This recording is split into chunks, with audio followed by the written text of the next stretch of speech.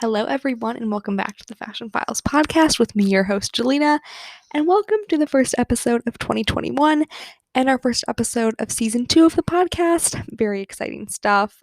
I'm so excited that it's a new year.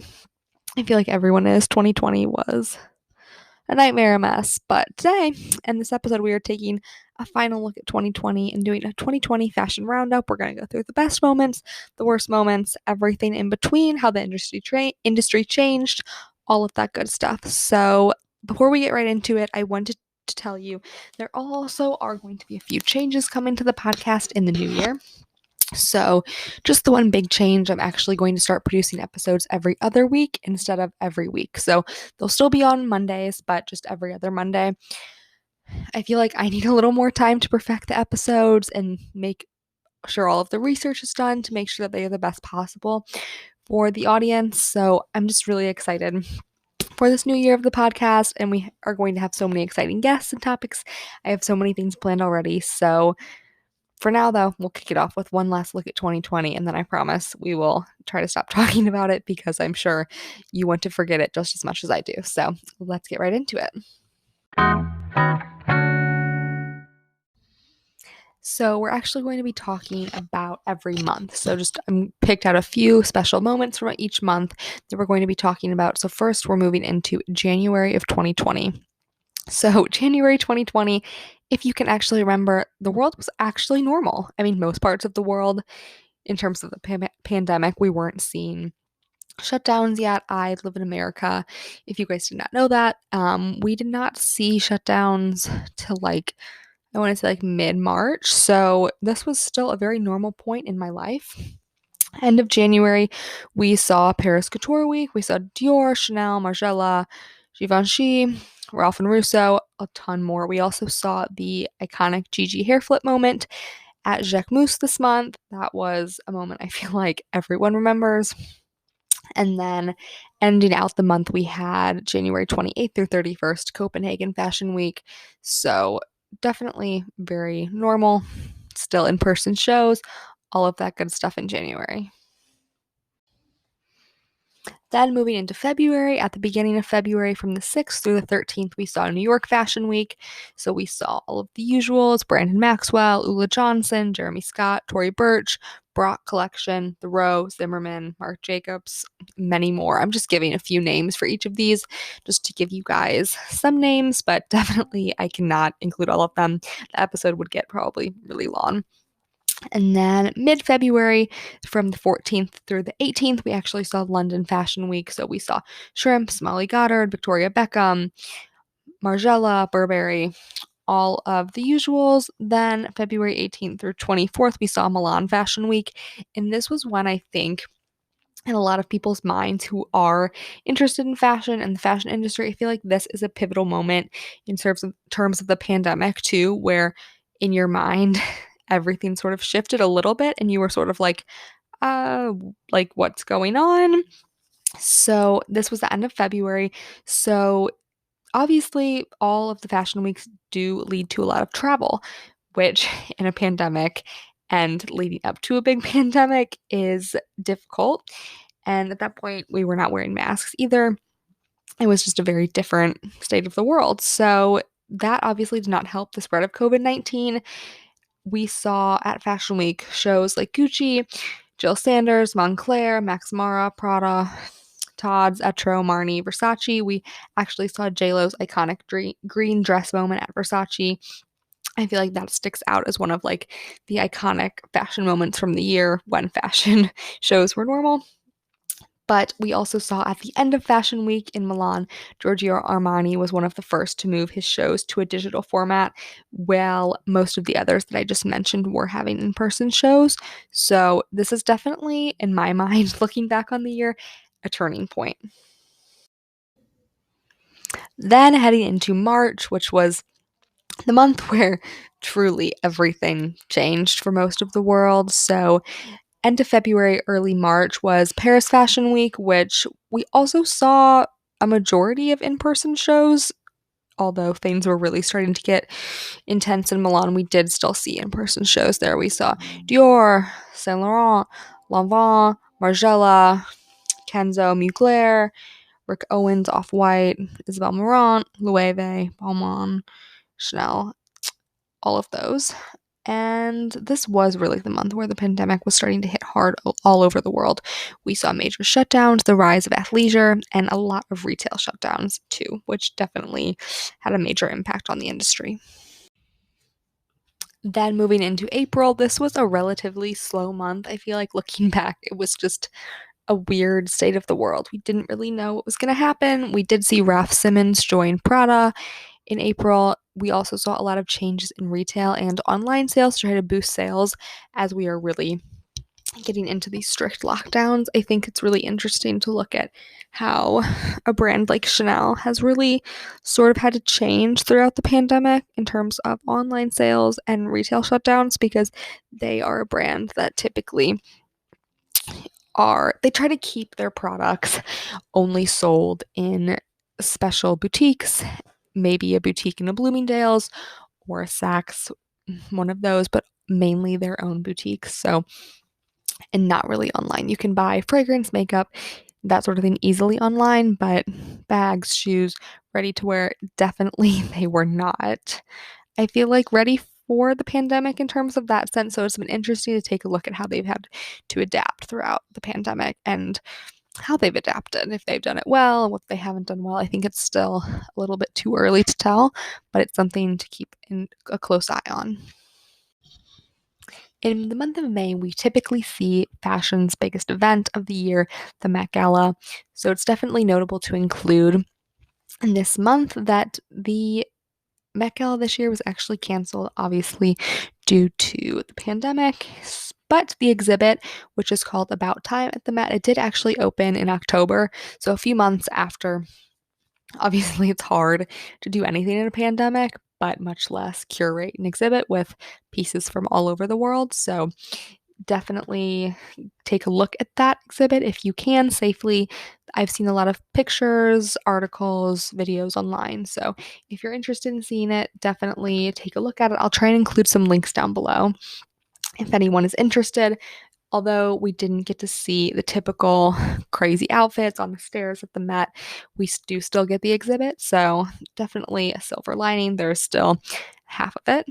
And then also in the month of May, I think this was a point where we'd been at home for a while.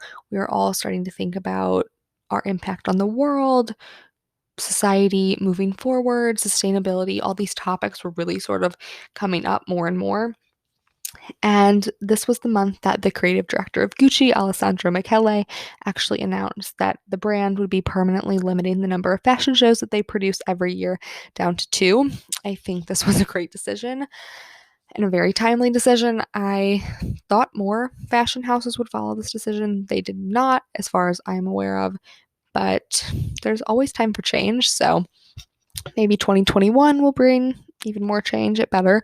So we will keep looking out for more brands to limit the number of shows every year, because we really need to look at waste as consumers and as people who are interested in fashion. I think it's important to look at how much production and all of that sort of thing and the fashion shows and all of that, how much that does contribute to waste and just how that plays a role in sustainability and the earth and all of that. So definitely something to take a look at.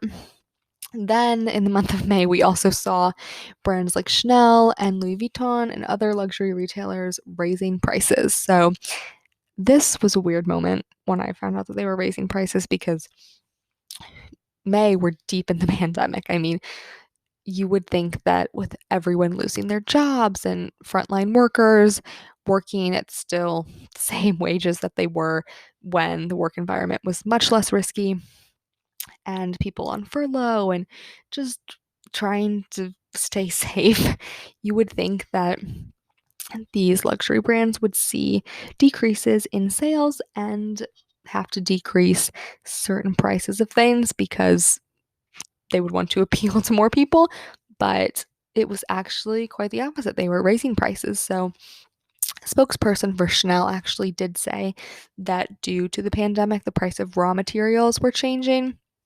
And since Chanel has a really high quality that they require. It was already difficult to find them pre-pandemic, and then in the pandemic it was even harder to find the materials, so that's why the price has increased. But just something interesting to note. I don't know too much about like how much they've increased in certain items. I know in November the Chanel 19 bag increased in price.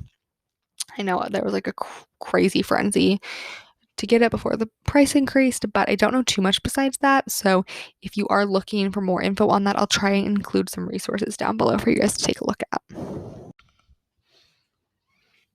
Then moving into June, on June 8th, we saw the CFDA Fashion Awards. And then also 2 months after Claire Keller left Givenchy, the new American designer Matthew Williams actually took on Givenchy this month as well as the new creative director. Also, I think very special to note, this summer with George Floyd's death on May 25th, moving into the summer, we really saw a rise of the Black Lives Matter movement. And while it was making changes in society, it was also opening up a really important conversation on race in the fashion industry. And we saw different brands participating in the movement and also not participating in the movement. And maybe some were participating in the movement, but it was not well received. And you did wonder more about the intention behind it. So I am also not the best person to speak on this. I will include some links down below, though, that are better resources for a conversation on race in the fashion industry for you all to read and look up on. Then moving into July, we saw the release of the Dior Air Jordan. So this was actually limited to 8,500 pairs and released at select Dior stores, which now you can find these shoes like all over eBay and all sorts of other places going for crazy amounts. This was a massive release. Then July 6th through 8th, we saw Paris Couture Week mainly online. We also saw Milan Fashion Week online this month. And then one of my favorite moments from the summer and this month definitely had to be the Jacquemus Spring Summer 2021 show. This was the show in the wheat field outside of Paris. This show for me was the perfect escape into the beautiful world of Jacquemus and his aesthetic for the summer. It was the perfect escape for me personally. I think the summer was a really difficult time for a lot of us, and just to be able to see a beautiful show and a very simple show, simple aesthetics in the really natural environment of the wheat field, it was just really special. So that's definitely a defining moment for the year and the month. Moving into August, August was honestly like a pretty empty month in terms of the fashion industry. From my point of view and from my research, we saw Copenhagen Fashion Week actually canceled that month. So not too much to report on for August, but September, we had a really busy month. We saw Kim Jones replace Karl Lagerfeld at Fendi as the new creative director of couture, ready-to-wear, and the fur collections. And Kim Jones also still remains the artistic director of Dior Men, so also something notable. Then, middle of September, the 14th through the 16th, we saw New York Fashion Week.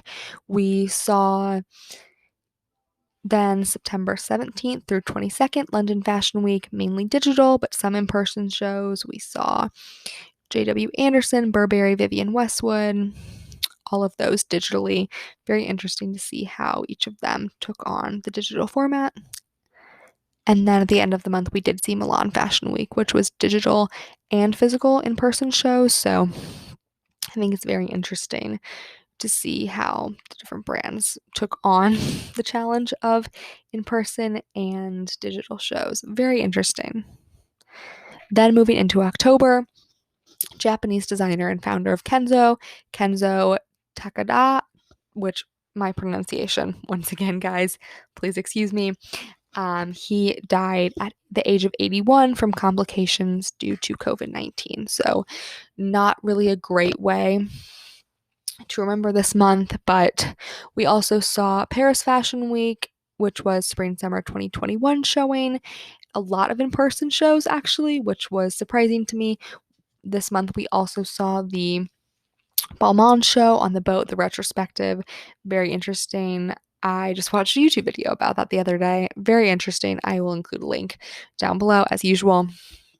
This month we also saw Emily in Paris come out, which I have a lot of thoughts on that show.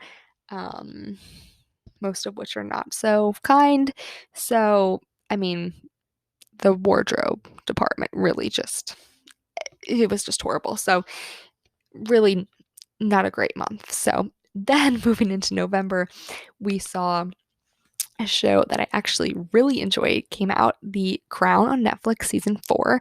We saw Emma Corrin as Princess Diana, and we really saw a lot of interesting, iconic moments of Princess Diana's style redone in the show. So we saw the wedding dress and so many other incredible looks, the sheep sweater, many more, which did spur a conversation on whether Sloane Ranger style will be coming back.